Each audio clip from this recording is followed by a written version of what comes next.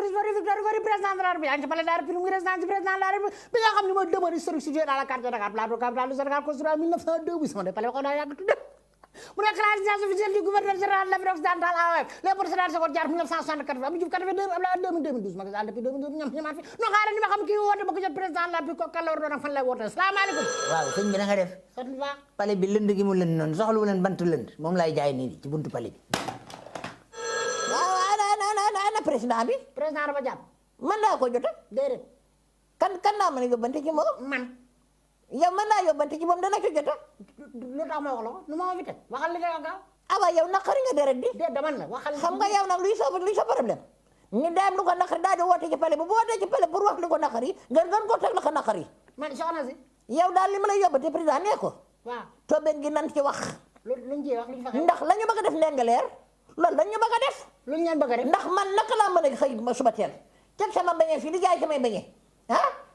ñaari fan ñett ma gis gendarme yi commencé wër dëkk bi encercler dëkk bi char de combat andi nañ ko fetel lance roquette bazooka hélicoptère yi di wër avion yi kenn ku ne tiim suñu dëkk bi rek pour lan mel ni ku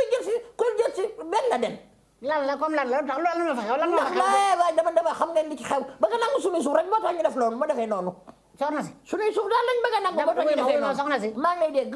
ma ne àndal ak kook dal man kay dal naa moo tax ma woote fi mu ne xoolal xam nga nee nga da ngay jaay bañ waaw mais fi mu ne ni ngay waxee fi mu ne yaa ngi casa sasi comme dawlin ju sens bu ma xam ne déglu ma rek dama lay wax déglu ma soxna si waaw da nga am problème waaw woote nga pale expliquer du man dong ñun ñëpp am problème ñun ñu dëkk bi yëpp am problème yéen danoo nangu seen suuf ku ko nangu xanaa waa de société boobu nekk ci wet bi bëgg a defar ay phosphate xaw ma lan la ko bëgg a defar mooy ICS ICS googu la de ñoom leen boo yéen suuf si yéen a ko moom wala ICS suuf si dama ne ñoo koy moom ñoo ko doon ci suñuy maam yàgg nañ fee bay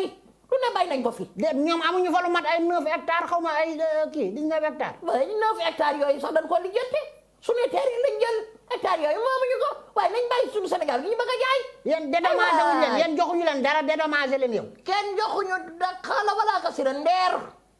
15 bu rëy waaw léegi nag yow lan nga bëgg a wax yow li ñu bëgg a wax daal nañu bàyyi suñuy suuf waaye la ma ci gën a naqari ba gën ma ci naqari kenn armée bi yëpp lañ jëleen di foofu ci dëkk bi wooyu ma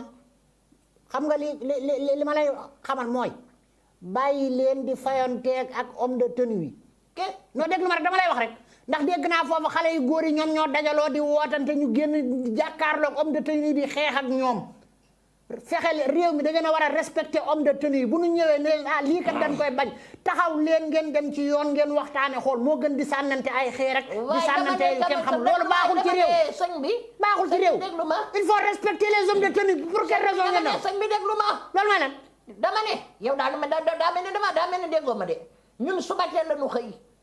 kenn yeewoogut waaye ku yeewoogut naka ngay sànnante xeer waaw wuy ma léegi ku yeewoogut naka ngay doorante soxna si nga yeewu ñaar cercle la soxna si doo tala xeex du tala xuloo soxna si jommi di lu ma sam suñu réew ndax dan suñuy suuf ku ko bëgg jël suñu bakkan nañu jëlaale soxna si comme àgg na ci bakkan léegi votre correspondant na peut-être un problème ba après coupé naa la yóbbante la